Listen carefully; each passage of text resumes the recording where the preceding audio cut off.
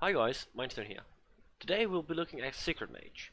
So, last time I made this kind of series at the Knights of the Frozen Throne expansion, I talked about Secret Mage too. And today we'll be talking about it, but we'll be talking about it a little bit differently. Because the Secret Mage that I featured last time was all about minions and actually keeping your minions alive to attack. This one is also about that, but less so. This is because with the enrollment, the um, the arrival of kobolds and catacombs, there have been introduced a few cards that have made the style of the deck slightly different. Actually, quite different. It's still an aggressive deck, but it's aggressive to a whole new level. Um, so I think we'll be talking about the cards now. First up, we've got Kabal Lackey. Kabal Lackey is already a clear sign that the deck has become more aggressive, because it's really helping you to squeeze these secrets out a lot earlier.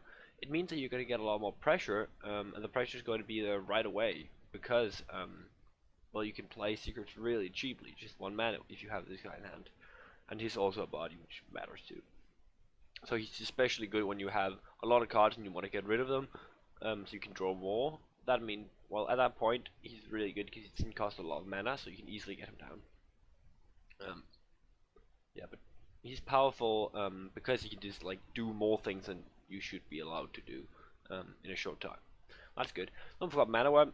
This card's it's a no-brainer really. You play that in every single aggressive mage deck and probably also some defensive ones because it's got huge stats on turn 1 and it really scales well because of that spell synergy it's got.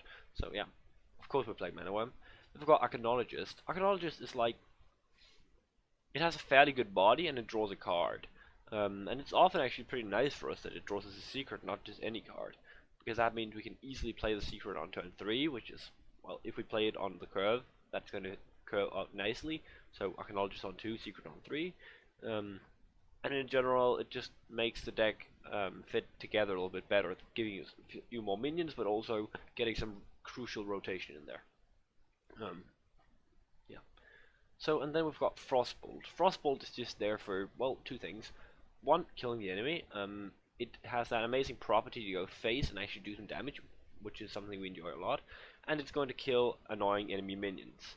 So that killing enemy minions is especially important because sometimes you're just going to have minions that you really want to clear, and then Frostbolt's really useful for that. So I think Frostbolt's main purpose is that, and keeping your minions alive that way, but it can be used to go face, of course. Yeah, and so the freeze effect is pretty powerful too and shouldn't be underestimated. I don't think it's a question whether this should be the deck. That's pretty obvious that any serious mage deck, which plays this actually, well, pace-dependent game, will need Frostbolt. Then we've got Medivh Valet. So we're playing secrets, and I feel like Medivh's Valet is just powerful with secrets. You do get a lot of damage from it, and it's not that hard to activate. With this list, it's a little bit awkward, but I feel like it's still good enough. Yeah, so that's in there for being a pretty big impact for only 2 mana. I've got Primordial Glyph. I'm playing this card because I feel like it's really strong. So getting some spell that your opponent might not expect can oftentimes just be game winning. Sure, there's a lot of bad outcomes. That's right too. But the good thing about it is really that you can get to choose and you can actually ramp up for a later turn, which is pretty powerful. Yeah, so I'm pretty fond of the card actually. Yeah, I've got Sorcerer Apprentice, which by the way couples very well with that Primordial Glyph. So it's in there to just make everything run a little bit more smoothly, and it's a good aggressive card. So yeah, that's pretty much the reasoning. It's not amazing though, and it's probably one of the first cards I would cut because I don't see it as very core to the list. But it's pretty nice though, and I think it's pretty good. Then we're playing Arcane Intellect. This is just to draw cards, obviously, which is something I feel like the deck really wants to. And well, 2 cards for 2 mana seems 3 mana seems fairly reasonable. So yeah, I just think the card's good. We're playing double Counterspell. This is probably one of your best secrets. I feel like it really helps to just keep your board alive, and so the thing is that it's really annoying for the enemy if you place it correctly. So at a point where they can't actually do something to stop it. Yeah. So I think it's probably the best secret you've got, but I'm not quite sure. It's certainly powerful and should definitely be in there. I don't think you have a choice of swapping or not. And same actually goes for the next secret, which is explosive runes. This secret is new and it was introduced in this recent expansion, and I think it's amazing. So 6 damage to an enemy minion when they summon it seems good. It's like a bigger snipe, which is good on its own, but also that it can actually go face. You can't stop it by playing a small minion and the overkill, and then just like getting value out of that overkill. The overkill is actually going to go face, which is really nice for this aggressive deck. So it has a good way of dealing with other decks that it has to outrush, because you can kind of stop them from playing minions and, well, hit their face simultaneously. I feel like it's often just going to hit for like 3 or 4 if you get it down at a good point, and that's just really powerful. So yeah, that's sure a powerful inclusion. Now we're playing double Kirin Tor Mage. We've got secrets and we really want to just squeeze them down easily, and a little bit more cheaply if we can. So I feel like Kirin Tor Mage is doing that really well. Yeah, it's just powerful, has a good body for the cost, so that's pretty nice. Make sure to not keep it so if you don't have a secret, but you have a Kirin Tor Mage and you don't really have anything else to play, you should probably play the Kirin Tor Mage, just because, well, keeping it doesn't really seem worth it. It's better just getting the minion out there and like doing something with it than just keeping it for discounting a secret. The Battlecry is not that powerful, even though it's good. It's a little bit different with the Kabal Lackey that I talked about as the first card.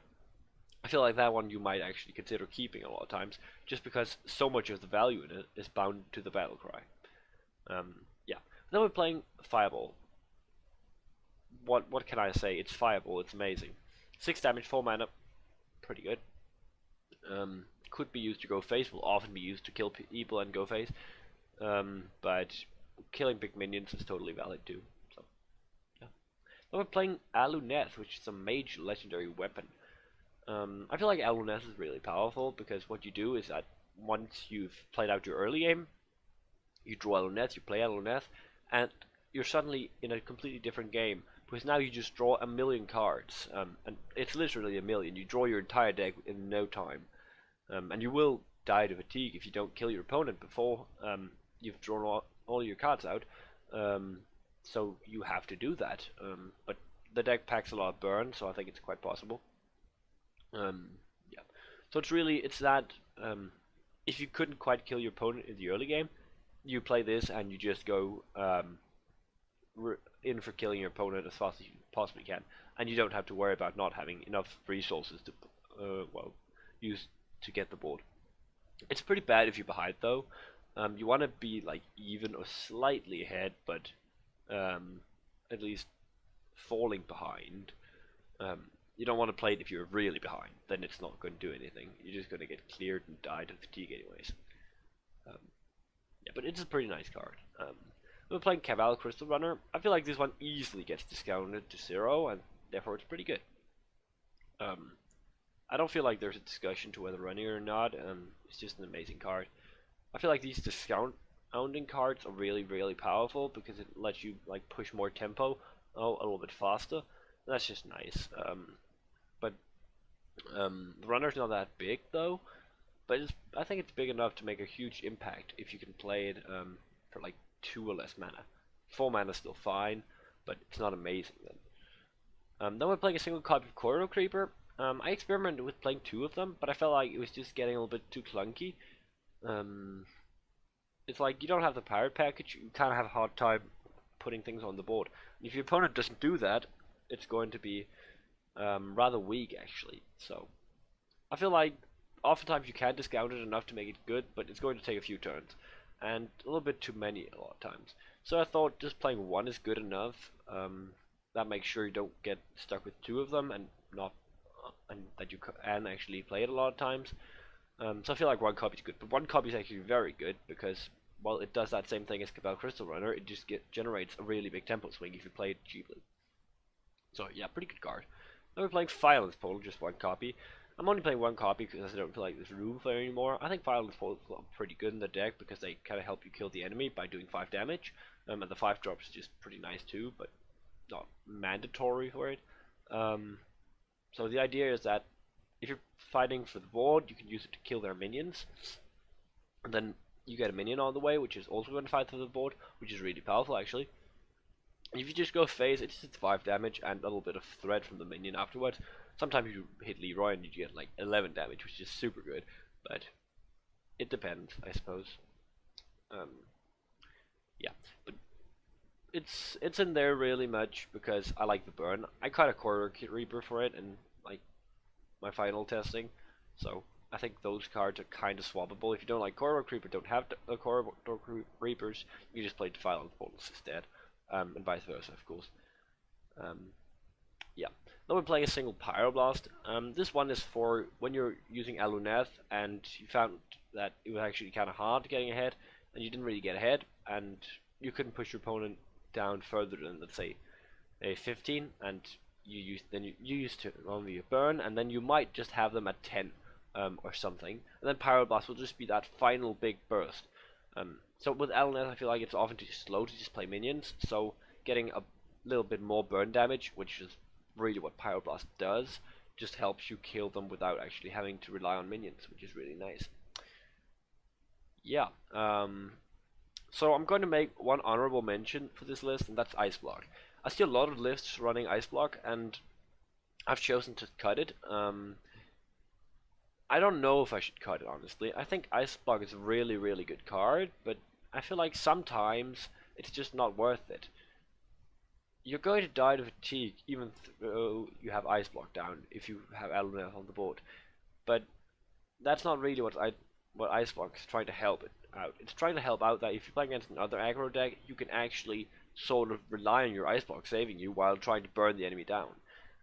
I think that might be okay. If you're facing a lot of aggro, I would slot in Ice Blocks, but if you're facing control, I think they're just pretty much worthless. Because they're just not really doing anything for you, and if your opponent just runs you out of steam, you're going to die anyways because of the Aluneth effect. So I feel like Ice Block wasn't worth it. It wasn't going to make the cut, but I could definitely see one copy, maybe even 2 copies if you see a lot of aggro. But yeah, that was pretty much it for the deck. Of course, there are other variations of Secret Mage, but I think this one is going to shape up to be pretty strong, and yeah, I think it's a reasonable guess for one of the best lists at the moment. But enough about the card, we will be going into a game. Okay guys, so we are back with some gameplay of the Secret Mage. So we're going to be hoping to be playing something slow, that's a lot easier than playing a fast deck, because fast decks can actually sometimes screw us up fairly badly. So yeah, so another mage it'll be. You asked for it. Oh, it is on. Alright, we're not actually going to be holding any of this, because the counterspell is pretty bad against him when he's got coin. So we're just trying to hit something else instead. This is a lot better. The Corridor Crib in the opening hand's actually fine, because he's going to get discounted for every minion that dies. That means like by turn 4 or something, it's probably playable. Could even be better than that.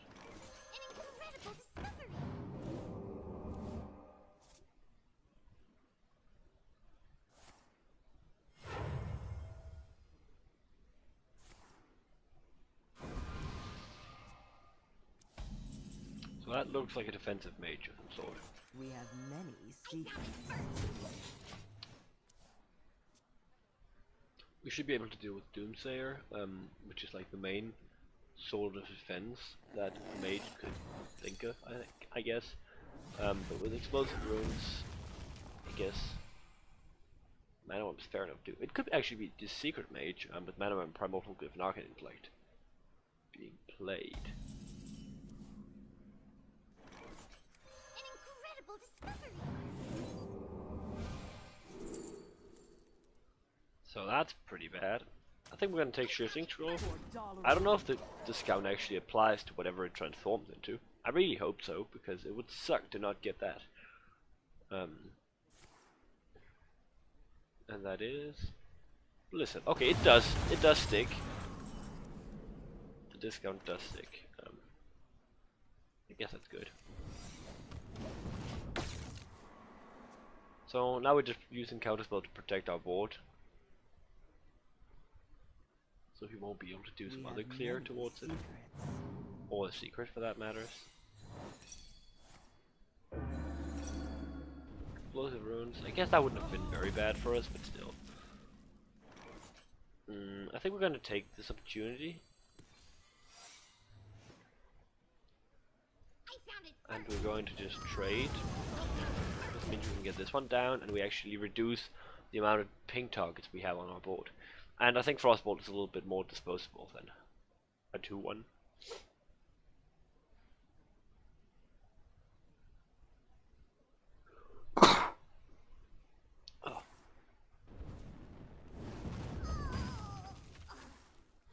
That Frostbolt shouldn't matter very badly, but it does slow us down a little bit.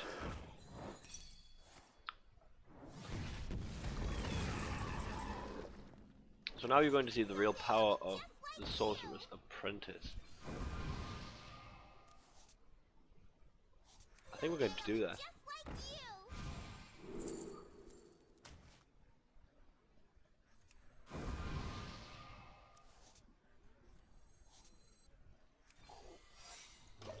We just got to do a lot during that turn, I think, which is pretty sweet. Excuse me, you are on fire. So Valet just gets killed. We get to do some more damage to his face. You are on fire. I think we can pretty easily tank up damage right now. So if that's Counterspell, we win, right? Yeah. So that's going to be game. Yeah, I think our game pretty clearly shows off that aggressive way this deck plays. So you try to get your minions down, you just push damage, and you keep pushing damage, and occasionally you'll have enough burn to actually just kill them. So yeah, that was pretty good. I think you saw that both of us were playing Corridor Creeper, and it just seemed really strong. They actually ate up a lot of removal from him, and well, his of course ate up its secret. But yeah, so I hope you guys enjoyed it. It might not be that flashy. I don't feel like the deck is super flashy, and it's pretty common knowledge on ladder right now. At least a lot of people are playing this.